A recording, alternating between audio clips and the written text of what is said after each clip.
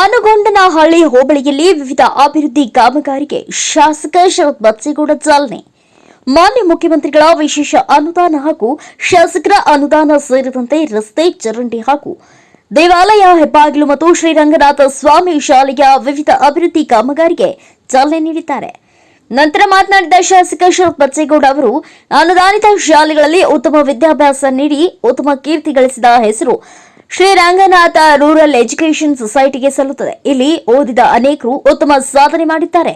ಮುಂದಿನ ದಿನಗಳಲ್ಲಿ ಇಲ್ಲಿ 60 ಲಕ್ಷ ವೆಚ್ಚದಲ್ಲಿ ಕಟ್ಟಡ ಅಭಿವೃದ್ಧಿ ಸೇರಿದಂತೆ ಮೈದಾನ ಅಭಿವೃದ್ಧಿ ಸಹ ನಡೆಸಲಾಗುವುದು. ಇನ್ನು ಜನವರಿ 26ರ ಒಳಗೆ ತಾಲೂಕಿನ 28 ಶಾಲೆಗಳಿಗೆ ಇನ್ಫೋಸಿಸ್ ವತಿಯಿಂದ 1 ಕೋಟಿಯಂತೆ ಅಭಿವೃದ್ಧಿಗೆ ಚಾಲನೆ ನೀಡುವ ತಯಾರಿ ನಡೆಸಲಾಗುವುದು ಎಂದರು.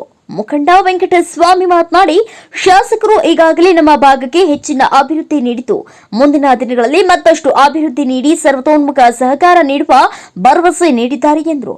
ಗ್ರಾಮ ಪಂಚಾಯತ್ ಸದಸ್ಯ ನಾಗರಾಜ್ ಮಾತನಾಡಿ, ಈಗಾಗಲೇ ರಸ್ತೆ, ಚರಂಡಿ ಅಭಿವೃದ್ಧಿಗೆ ಚಾಲನೆ ನೀಡಿದ್ದು ಮುಖ್ಯವಾಗಿ ರಂಗನಾಥ ಸ್ವಾಮಿ ಹೆಬ್ಬಾಗಿಲು ನಿರ್ಮಾಣಕ್ಕೆ ಚಾಲನೆ ನೀಡಿದ್ದು ಮತ್ತಷ್ಟು ಅಭಿವೃದ್ಧಿ ಶಾಸಕ ಅನುದಾನ ಹಾಗೂ ಇತರೆ ಅನುದಾನ ಬಳಸಿ ಅಭಿವೃದ್ಧಿಗೆ ಸಹಕಾರ ನೀಡ ಗ್ರಾಮಾಂತರ ಜಿಲ್ಲೆ ಆಗಿರ್ಬೋದು, ಕರ್ನಾಟಕ ರಾಜ್ಯ ಆಗಿರ್ಬೋದು, ಅನುದಾನದ ಶಾಲೆ ಇಷ್ಟು ಸುಸಜ್ಜಿತವಾಗಿ ನಡ್ತಾ ಇರ್ತಕ್ಕಂಥದ್ದಂದ್ರೆ ನಮ್ಮ ರಂಗನಾಥ ಶಾಲೆ ಅಂತ ಹೇಳಿ ಹೆಮ್ಮೆಯಿಂದ ನಾವು ಈ ಸಂದರ್ಭದಲ್ಲಿ ಹೇಳ್ಕೋಬಹುದು.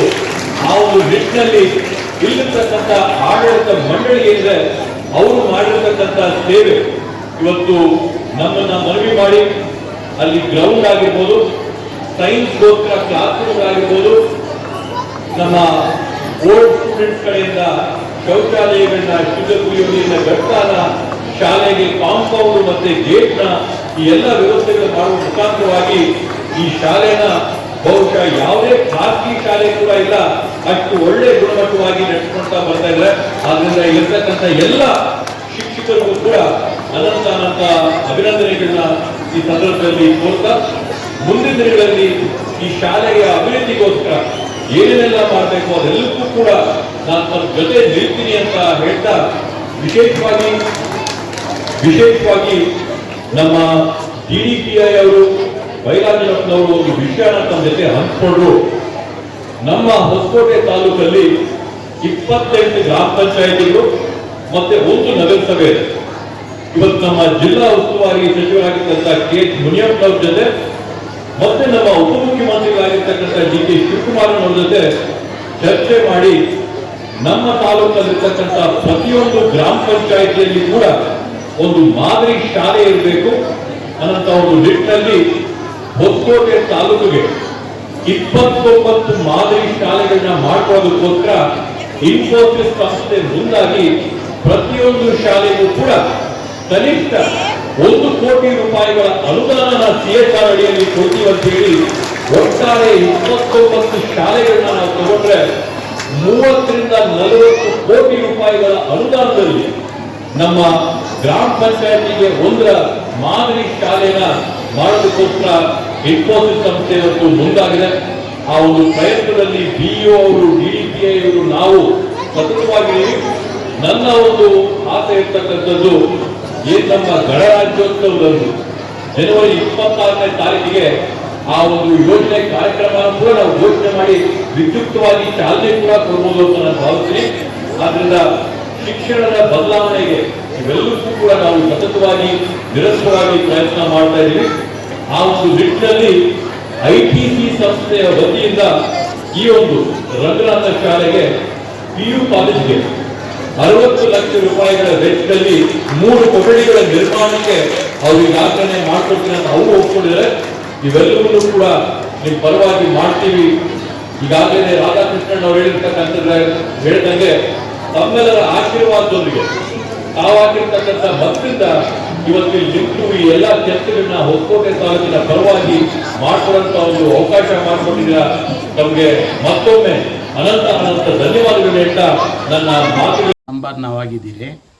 ಒಂದು 15 ವರ್ಷನಿಂದ ಅವರು BJP ಅವರು ಗೆದ್ಕೊಂಡು ಊರಿನಲ್ಲಿ ಏನು ಕೆಲಸಗಳು ಅವ್ರು ಮಾಡ್ತಾ ಇಲ್ಲ. ಗೆದ್ಕೊಂಡೋದು ಅವ್ರ ಪಾಡ್ಕ ಅವ್ರು ಹೋಗೋದು, ಕೆಲಸಗಳು ಏನೂ ಮಾಡ್ತಾ ಇರಲಿಲ್ಲ. ಈಗ ನಾವು ಗೆದ್ದಾಗ ನಿಂಕ ಕಾಮಗಾರಿಗಳು ಶಾಸಕರನ್ನ ಕೇಳಿ ಮಾರಮ್ಮನ ದೇವಸ್ಥಾನಕ್ಕೆ ಇದು ಆರ್ಚು, ರಂಗನಾಥ ಸ್ವಾಮಿ ದೇವಸ್ಥಾನಕ್ಕೆ ಆರ್ಚು, ಆಮೇಲೆ ಚರಂಡಿಗಳು ಕಾಮಗಾರಿ, ಆಮೇಲೆ ತತ್ನೂರು ರೋಡ್ಗೆ ರೋಡ್ ಕಾಮಗಾರಿ, ಓವರ್ ಟ್ಯಾಂಕು, ಈ ಕಾಮಗಾರಿಗಳೆಲ್ಲ ನಾವು ಮಾಡ್ತಾ ಇದ್ದೀರಿ. ಶರತ್ ಬಚ್ಚೇಗೌಡರು ನಮಗೆ ಅನುದಾನ ಕೊಟ್ಟು ಬೆಂಬಲ ಕೊಟ್ಟು ನಾವು 40 ಲಕ್ಷಕ್ಕೆ ಹೆಚ್ಚಿ ಅಭಿವೃದ್ಧಿ ಕಾರ್ಯಕ್ರಮಗಳು ಚಾಲೂ ಮಾಡಿ ಪೂರ್ಣ ಮಾಡ್ತೀವಿ ನಾವು. ಹಾಗೂ ರಂಗನಾಥ ಪ್ರೌಢಶಾಲೆಯ ನಿರ್ದೇಶಕರಾಗಿ ಕೆಲಸ ಮಾಡ್ತಾ ಇದ್ದೀನಿ. ಇವತ್ತು ನಮ್ಮ ಗ್ರಾಮಕ್ಕೆ ನಮ್ಮ ಶಾಸಕರಾದ ಶರತ್ ಅಣ್ಣನವರು ಆಗಮಿಸಿದ್ರು. ಹಾಗೂ 4 ಕಾರ್ಯಗಳಿಗೆ ಗುದ್ಲಿ ಪೂಜೆ ಹಾಗೂ ಚಾಲನೆ ಕೊಟ್ಟಿದ್ದಾರೆ. ಶಾಲೆಯಲ್ಲಿ ಇವತ್ತು ಗೇಟ್ ಉದ್ಘಾಟನೆ ಆಯಿತು, ಜೊತೆಗೆ ಶೌಚಾಲಯನೂ ಉದ್ಘಾಟನೆ ಆಯಿತು. ಅದ ಮೇಲೆ ಕೊಠಡಿಗಳು ಮುಂದೆ ಚಾಲನೆ ಕೊಟ್ಟಿದ್ದಾರೆ. ತದನಂತರ ಡಿಗ್ರಿ ಕಾಲೇಜ್ಗೆ ಓಪನ್ ಮಾಡೋದಕ್ಕೆ ಆಶ್ವಾಸನೆ ಕೊಟ್ಟಿದ್ದಾರೆ ನಮ್ಮ ಶಾಸಕರು.